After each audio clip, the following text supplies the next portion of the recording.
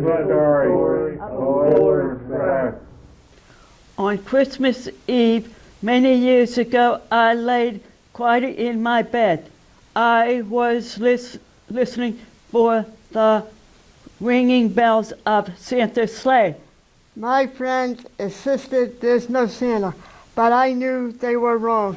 Late that night I heard the sound of hissing steam and squeaking metals. I looked through my window and saw a train in front of my house. It was out of his team. Something went round it. I put Subaru road. It from downstairs. The doctor, pocket watch, the vest on the board. I'm here, coming out. Well, to the boy. Good. To the rest. The train was filled with other children, all in pajamas and nightgowns. We sang holiday carols and drank hot chocolate. Outside, the lights of villages were seen as the Polar Express raced northward. We traveled through the cold, dark forest where the wolves hid from. Our train drove it through the wilderness. We climbed the mountains so high, it seems like we could touch the moon. But the Polar Express never slowed down. Faster, faster we went, rolling through the peaks, through the valleys, and like a roller coaster. Across the desert, I called the polar ice cap. Light appeared on the distance.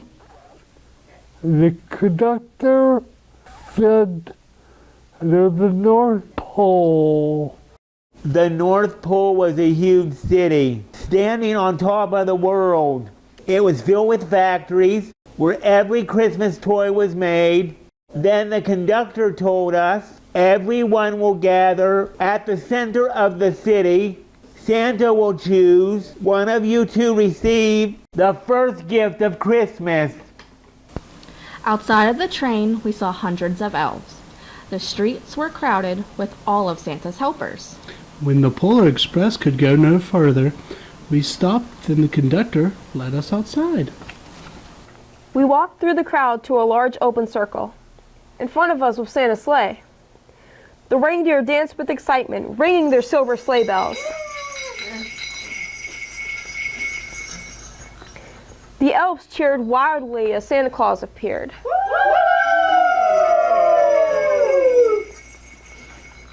Santa marched over to us. He pointed to me and said, "Let's have this fellow here."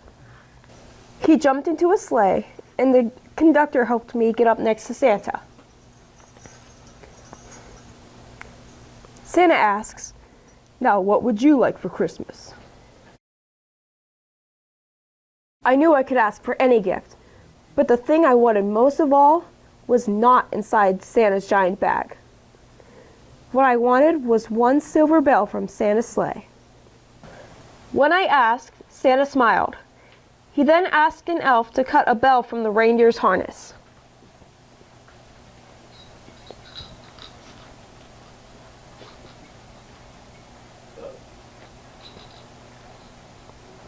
Santa stood, holding the bell high above him, and called out, "The first gift of Christmas!"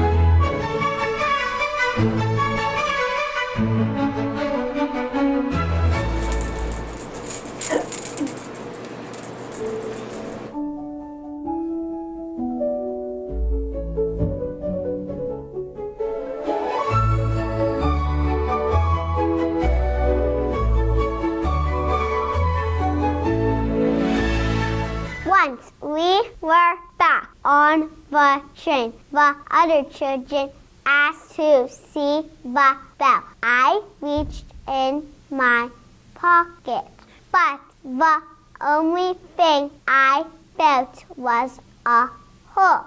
I had lost the silver bell from Santa Claus's sled. The other children and I want to go back and look for it. But the train started moving. We were already on our way home. Broke a heart, used a bell. When the train reached my house, I suddenly to the left of the children. Soon, led the way, waved for goodbye. Conductor, he called out to me from the moving train. He said, "Merry Christmas," he shouted. Then the police sounded the whistle and they speeded away.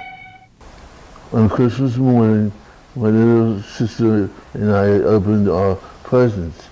When we looked if everything had been unwrapped, my sister found one last small box with my name on it. Inside was a silver bell with a note. The seat of my sleigh fixed that hole on the parking. I shook the bell and it made the most beautiful sound I ever heard. My parents could not hear the sound of the bell, but to me it was loud and clear. At one time, most of my friends could hear the bell. But as the years passed, it felt silent for all of them. I've grown older.